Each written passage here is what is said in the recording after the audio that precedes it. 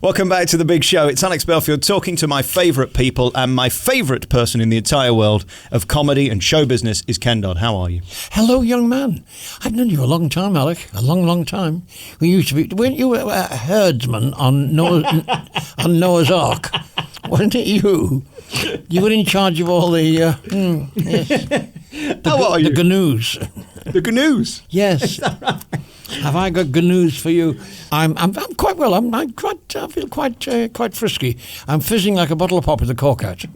Yesterday was your birthday. You turned, I don't know, 37, something like that. A recycle teenager. Yes. The years are catching up now. That I'm nearly as old as the BBC. Is it fun being you? Because, of course, in the old days you were shoveling coal and you were selling stuff door to door. And then here you are some 50-odd years later still selling out venues with no publicity. You don't do TV. You don't get involved in scandals. You don't do reality TV. And you're still here. You're the last one left that people will pay to see without any nonsense. Oh, I've had a hard life. Since you've been through it now, I really have had a hard life. I must write my biography, I think. I'll write it all down and then tell them how I went around the world, I went around the world, and that didn't please my mother. She said, where have you been the last few weeks? I said, well, I've walked around the world. She said, you liar. She said, if you'd have walked around the world, you'd have come in through the back door. How do you do it? I've asked you this question before, this Rolodex, where you're just able to pull them out. Does that get easier the longer you do it? I think when you fall in love with comedy when you're at a very early age. With me, it was when I was 10 or 11. And over the years, when you hear a good gag, or you think of a good gag, or something, and a good ad-lib pops into your mind, it's somebody said to me the other day, how do you remember all the jokes? I said, no. I said, a joke, missus, a joke is like an old friend. You never forget an old friend. And a good joke is that he's always there. A good friend's always there, ready to help you out when you're in trouble, as we all do now and again. The thing about you is you have great warmth on stage and people genuinely love you. I think Bob Monkhouse said that they admired him and respect him, but they never loved him like they did you. Is that something you can create, or is that just something you are? Well, it's nice to say. It's nice to have warmth on stage. A lot of people come to my shows, just to save on heating. When they leave the house, they know they're not going to be back for a few days, so they switch the central heating off, and they actually save money. It's so not only am I amusing them, but I'm saving them a lot of dough as well. What do you love the most about getting on stage? Is it telling the gags or seeing the reaction from the gags you've just told? I'm stage struck, you see. I'm definitely stage struck. I just can't wait to get on there. And I said to somebody the other day, I've got the best job in the world because I only see smiling faces. I only see people with, happy. Think of all the rotten jobs some people have to do, even, scaffolders and people out in the North Sea catching fish and I don't know, all the other horrible jobs that some farmers, people have, and here we are. Just standing on stage saying, by Jove, missus, how tickled we are. What a beautiful day. What a beautiful day for ramming a cucumber through the vicar's letterbox and saying, look out, the Martians are coming. What a beautiful day for jumping off the top of Blackpool Tower, holding your granny's corsets over your head and saying, how's this for hang gliding? Yeah. No, it is a great life when you see happy people and you're telling jokes and exercising people's chuckle muscles. It's very nice. Life on the road ain't so glamorous, especially these days with cars and the M1 being closed 90% of the time. You make sure, though, it's nice backstage. You've got your friends with you. You've got your dog with you. It's nice and friendly because it could be a lonely life, couldn't it, being on the road for nearly 60 years? Travelling is the snag. Show business is wonderful. And being a comic and singing songs and telling silly jokes, it's a wonderful way of passing your time. But the travelling, as you said, the motorways, but gradually you find you become a bit of a gazetteer. You become a human sat nav because you know all the back doubles, the back roads, and you become quite adept at map reading and finding all the little B roads.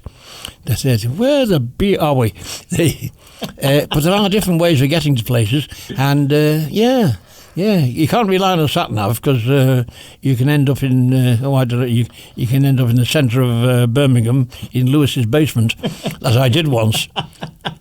And of course, you were caught out this evening. You had to hire a cab to drive you into the theatre. These one-way systems are confusing. That's a little tip for anybody. If you go to a strange town, or a town that is strange, and you think, no, that I don't remember. I don't remember that. I don't remember going over a flyover before. And what are all these aeroplanes doing here? And why is everybody going the other way? And I'm the only one in this motorway lane. Well, that's because you're in the wrong. If you find yourself always ask a taxi driver. And some of them are very, very obliging. It only costs a few bob, and you say, "Could you take me to the theatre?" And they'll very good. And I'm sure it's a story they can tell forever as well. To have driven Ken Dodd to his venue must be a thrill. Maybe so. Yes. It's even. Yeah, I dare say the taxi drivers they pick up some strange people. You know. Yes. Hello. Especially very late at night when your shows end. Oh, late. That's when we leave the theatre. The traffic's fine because there's not all that much traffic. But then you see them all falling out of the clubs and the discos.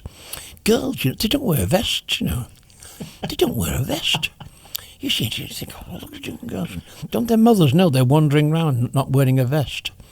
Little boy in the supermarket, he was crying, and the man said, "What are you crying for, son?" He said, I've lost my mummy. He said, "Well, why didn't you hang on to her skirt?" He said, "I couldn't reach it." This Sunday, I'm a Celebrity starts on ITV, which is the thing that everybody will be talking about. Is there any amount of money that can convince you to get in a jungle? No. I couldn't see myself in... I'm a comedian, get me out of here. No, I couldn't... when they start asking you to eat strange things and... no. Communal living doesn't really turn me on. I don't think. No, I'm quite a private person, and I like to get undressed on my own, and I'm a bit, and I like a poached egg on toast to look like a poached egg on toast, not something that's some. And I don't, oh no, some of these things they show you how to cook. On the telly, and you see recipes in the newspapers. They never tell you how to do bacon and egg, do you? They never tell you how to whip up a great omelette. They never tell you how to do a decent roast dinner or a steak, or just even a little bit of place. It's always weird things like oh dear, a kumquat or something like that. Oh, what? A kumquat. They want to know if you've got one of those in the cupboard. I don't think I'd eat one of those. No, that sounds like somebody's already eaten it. No. Some weird things they dish up. Ooh, stuffed tomatoes and stuffed gherkin. Oh no. You're not into foreign restaurants or anything like that. You like it plain and simple. A bit like yourself, yes. No, I like Italian food. I think British food is marvellous. A good old roast dinner is the gear. Poached egg on toast. Used to be long before your time, Alec. There was lots of them all over the country called Lions Corner Houses, Lions tea shops, and in there, they used. It was for all entertainers. That was our staple diet. Going in there, and used to get a magnificent. The ones in London, you could get half a duck. I don't know which half it was, front end or back end. You could make a choice. But you get half a chicken, half a duck, poached eggs on toast, and the tea was fresh. Nothing like motorway tea. They use that out in the jungle. For the people, the pygmies, to dip their poisoned arrows in motorway tea. It's been there for about 3 years, I think, stewing away. Now there they had about half a dozen little white china teapots on a little turntable, and you turn them around and put fresh hot water in. So the tea was fresh and it tasted like tea. It was really lovely, a lovely cup of tea. And you could get tea and toast. You could get all sorts of things. But it was good was good grub, and it looked like food, so it tasted like food. But nowadays you get these.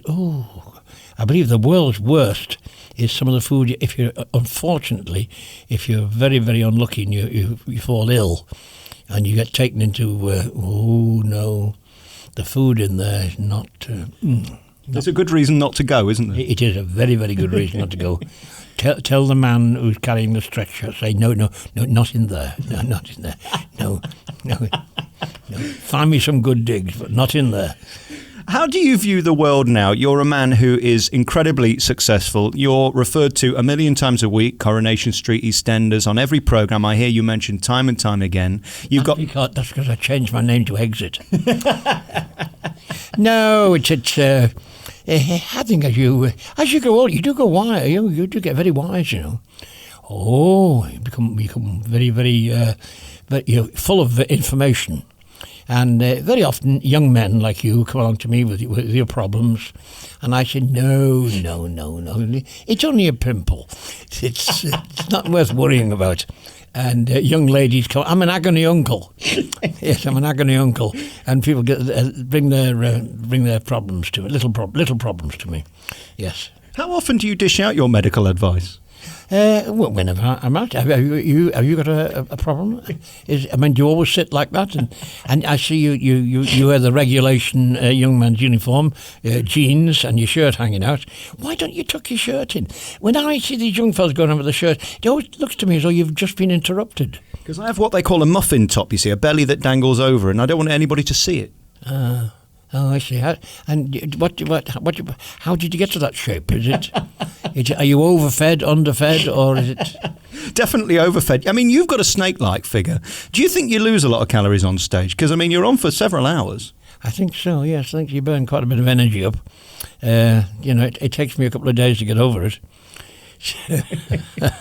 But I love it. I'm Stagetruck. I'm still Stagetruck. I love it. The only thing you don't, but now as you totter into old age, I wish I could do pantomime, but that 2 and 3 a day. Oh no, that is very hard work. Pantomime must be the hardest work, manual work anybody will ever do. Believe it or not, and this sounds saucy, but because it's your program, it doesn't matter, does it? The hardest work anybody will ever do, manual work, is taking your clothes off and put them on again. And in a pantomime, you might have to change your costume about 5 or 6 or 7 times each show. So you multiply that by twice daily or even 3 times daily, and no wonder you're shattered. Absolutely. Oh, what do they call it these days? Well, tired. I'm always offended when people ask you the question, are you ever going to retire? There is no reason to. Whilst the audience keep coming, there's no excuse for you to stop being on stage, is there? People sometimes say, do you ever think about retiring? I think they're hinting. But no. I just love it. As I say, I'm stage-struck and I just love the job. And I can't think. A man retires when he stops doing what he doesn't want to do and starts doing what he does want to do. And I'm doing what I do want to do. I see lots and lots of people who retire, and within a couple of years they're dribbling out of one side of their mouth and just watching afternoon telly. Have you ever watched afternoon television? Loose Women is one of my favourite programmes. Have you ever seen it? No, I never watched them. I don't think my mother would like me to watch that. That sounds very rude. Loose Women. They could do with tightening up a bit. No, I do watch. Sometimes I watch afternoon television, and it really is. It's the most wonderful thing for putting you to sleep. It really. You don't need any Horlicks or sleeping tablets. No, just watch afternoon television, and you're away in no time. Gone. Because it's really your breakfast show, isn't it? I love your showbiz lifestyle. You won't get hold of you before about midday. Well, when I'm snoozing in the morning, I'm not really sleeping. I'm thinking. I do a lot of thinking. I do a lot of philosophy. Really? And things like? Well, when things look black, send them to the laundry. Never put off till tomorrow what you can do today. Because if you do it today and you like it, you can do it again tomorrow. You're always thinking, aren't you? Always thinking. It's my brain never stops. It never does. And you never fail to entertain. You never fail to get a standing ovation. And like I was alluding to earlier, you're now in a place where you're king of the castle. You don't take orders from anyone. And you've been like it for some time. Is that great now that you don't have to do anything you don't want to do? Oh, I don't know being king of the castle. I have to do lots of things I don't want to do. Yes, I have to pay lots of bills that I don't want to pay. I have to keep sending money to that charity, the OHMS. And I don't know what they do with it, you know. OHMS? OHMS. I don't think they spent all I gave them last year yet. But no, I'm not. I'm enjoying a nice, busy, very busy, but very satisfying kind of lifestyle. And yeah, you must keep busy. Keep your brain going. You've always got to have another project in mind. So another target to try and reach. So what is your next ambition then? I mean, the live show's done because, I mean, people just want to keep seeing you and seeing you and seeing you. You've achieved that. Is there anything yet that you still haven't achieved? Oh, lots of things, yeah, lots of things. I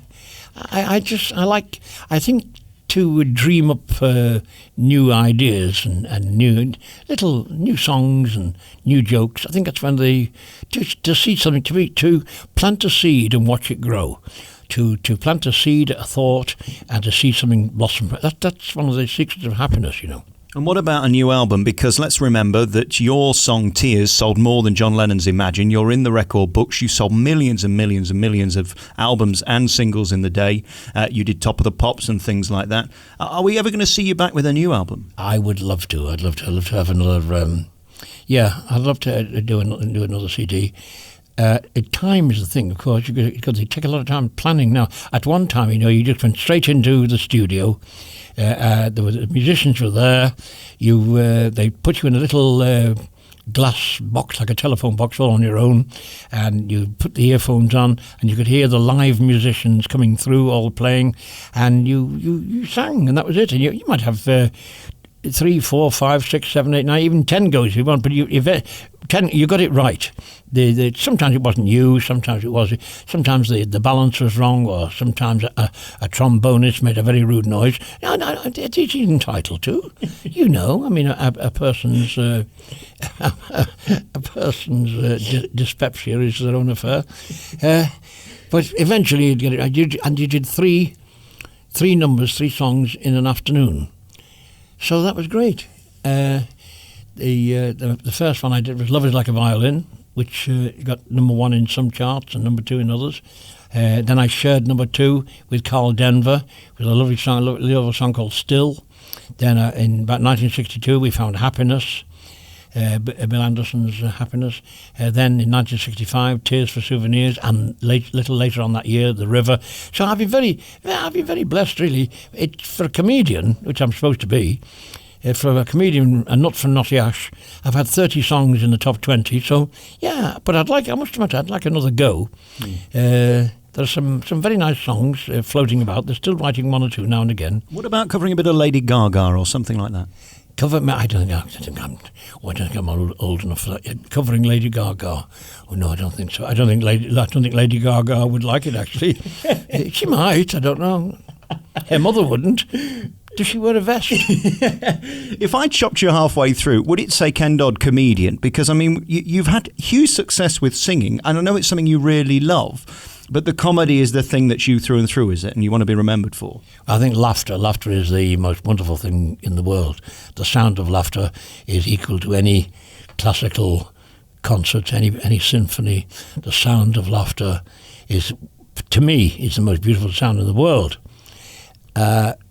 A sense of humour is a wonderful thing to be born with, to develop, to exercise and to try and make it better.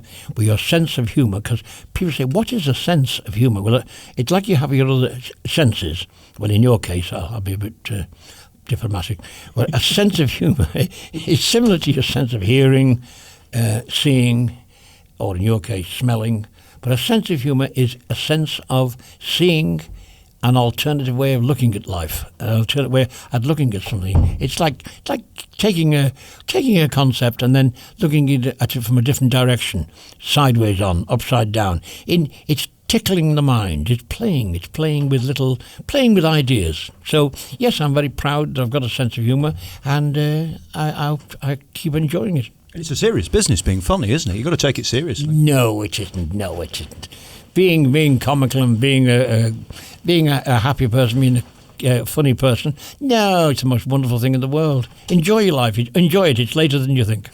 And very finally, I always worry about your financial affairs. How's the horses doing at the moment? Because that's one of your big passions. Yes, financially, it doesn't do to say too well off, because little Georgie, he gets ideas. You know, he says, "Who can I slap a tax on next?" I'll put one on breathing, I think. Yeah. No, we're okay. No, we're I'm very I'm very grateful to the way life has rewarded me. Yeah, very grateful, and I hope I'd like to help other people to also enjoy their lives. And when you read the paper in the morning, what I love about you have an opinion on everything. Do you despair sometimes? No. Life is wonderful. Never believe anything you read in newspapers. Not all of it, and you only half believe of anything you see, and never believe anything of what you hear. Make your own mind up. You've got a mind. Everybody's been given a beautiful mind. You've given a fantastic brain. Use it. Think about it, and think of things for yourself. Think things through yourself, and make your own mind up. Don't rely on the media. Think for yourself. Very finally, you've brought so much happiness into people's lives. That's your tagline at the show. It's the song that opens. It's the song that shuts. It's the song that you're best known for. That's your greatest achievement, isn't it? Is dishing out this happiness day after day after day for 50, 60 years. I think one of the greatest achievements in life would be listening to you getting your lines right, and not stuttering and stammering and making a mess of this script. So yes, but one of the great things in life is happiness. Well worth looking for. It's there. It's there for everybody. It's all around you. So happiness is there. Look for it, find it, and share it with somebody else. Thank you very much for being you. Thank you for all your inspiration over the years. And good luck tonight, and break a leg, and have a fantastic time with the audience here in Derby. Thank you, Alec. And get your mouth fixed as soon as possible.